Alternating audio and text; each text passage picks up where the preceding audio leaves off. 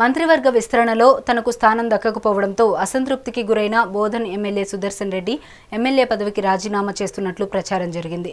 అయితే కాంగ్రెస్ పెద్దలు ఆయన్ను బుజ్జగించే పనిలో పడ్డారు. అయితే మంత్రి రాలేదని రేపు బోధన్ బంద్కు స్థానిక కాంగ్రెస్ నేతలు పిలుపునిచ్చారు. పార్టీ పదవులకు మూకుమ్మడిగా రాజీనామా చేస్తున్నారు. ఇప్పటికే రాజీనామా లేఖలు పీసీసీ చీఫ్కు పంపినట్లు తెలుస్తోంది. ఇక ఇదే అంశంపైన మరింత సమాచారం మా కరెస్పాండెంట్ విఘ్నేష్ అందిస్తారు. విఘ్నేష్, చెప్పండి. బోధన్ నియోజకవర్గంకి సంబంధించిన ఎమ్మెల్యే సుదర్శన్ రెడ్డి చాలా సీనియర్. రాష్ట్రంలోనే ఆయన ఈసారి మంత్రి పదవి వస్తుందని చెప్పి అంత ఆశించారు.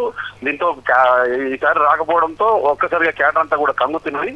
మొత్తం బోధన్ నియోజకవర్గానికి సంబంధించిన నాయకులు, మొత్తం కాంగ్రెస్ పార్టీకి చెందిన అందరూ కూడా మూకుమ్మడి రాజీనామాలు సమర్పించారు.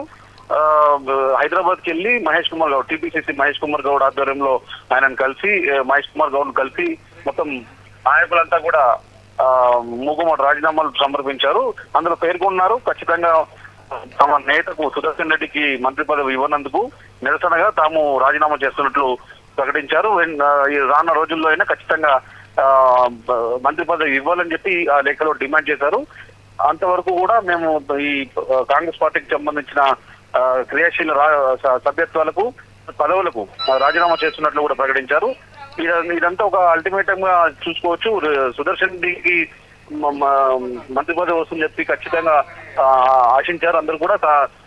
బోధన్ నియోజకవర్గానికి సంబంధించిన నాయకులే కాదు, జిల్లాలోని కాంగ్రెస్ నాయకులు, కాంగ్రెస్ సీనియర్ లీడర్లు, ఎమ్మెల్యేలు కూడా భావించారు ఆయనకే గ్యారంటీగా వస్తుందని చెప్పి ఆశించారు. కానీ కంగు తినే వార్త రావడంతో మంత్రి పదవి ఆయనకు దక్కకపోవడంతో అధిష్టానం నుంచి మొండి చేయి ఎదురైందని చెప్పి అంతా కూడా అసంతృప్తికి గురయ్యారు. ఇటు సుదర్శన్ రెడ్డి కూడా మనం చూసాం, నిన్నంతా కూడా బుజ్జగింపుల పర్వం నడిచింది.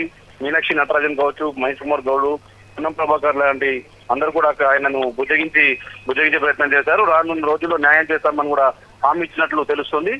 ఏదేమైనప్పటికీ కూడా రెండో దఫాలో కూడా రాకపోవడంతో, మంత్రి పదవి రాకపోవడంతో కేటర్ అంతా కూడా అసహనానికి గురైంది, అసంతృప్తికి గురైంది.